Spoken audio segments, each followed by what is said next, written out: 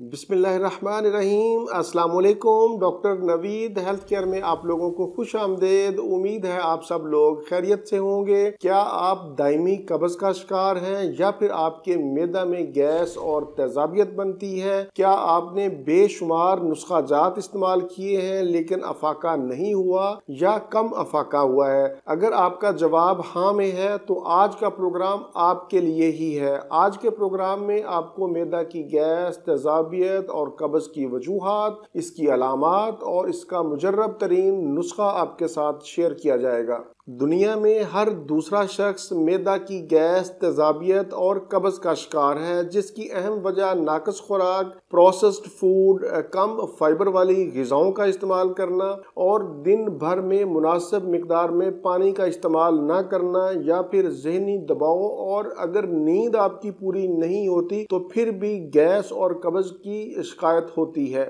इसके अलावा अगर आप खाने को जल्दी खाते हैं यानी चबा कर नहीं खाते तो फिर भी गैस, कब्ज़ और तेज़ाबियत की शिकायत होती है।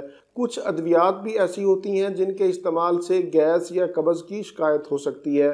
कब्ज़ और गैस की एक और अहम वजह के वक्त पर खाना ना खाना और फिर खाना खाने के बाद लेट जाना यानी रात को खाना खा के सो जाना। कुछ लोगों में ये शिकायत मौरूसी भी होती है। ये तो थी कब्ज़ की अहम वजूहात। अब हम चलते हैं कि कब्ज़ की वजह से कौन कौन सी अलामात या बीमारियां जन्म लेती हैं। आप जानते हैं कि कब्ज़ को उम्मुल अमराज भी कहा जाता है, यानी ये बीमारियों की माँ है, बीमारियों की जड़ है। कब्ज़ की वजह से बेशुमार बीमारियां जन्म लेती हैं, जिनमें पेट का फूल जाना, पेट में गैस का बनना, बार बार डकार आना, बेचैनी की कैफियत का होना, सर में दर्द और चक्करों का आना, पेट में दर्द होना, मतली या कै की कैफियत का पाया जाना, सीने में जलन का होना या फिर भूख का कम लगना, ये अहम अलामात हैं। मैदा की गैस और कब्ज़ को दूर करने के लिए ज़रूरी है कि आप अपना लाइफस्टाइल चेंज करें। सुबह खाली पेट 30 मिनट वॉक ज़रूर करें और रात का खाना खाने के बाद हल्की फुल्की चहलकदमी ज़रूर करें। दायमी कब्ज़ को दूर करने के लिए रात को सोने से पहले 1 कप नीम गर्म दूध में 1 से 2 चम्मच कैस्टर ऑयल के डालकर पी लें। इससे इंशाल्लाह फौरी आपको रिलीफ मिलेगा।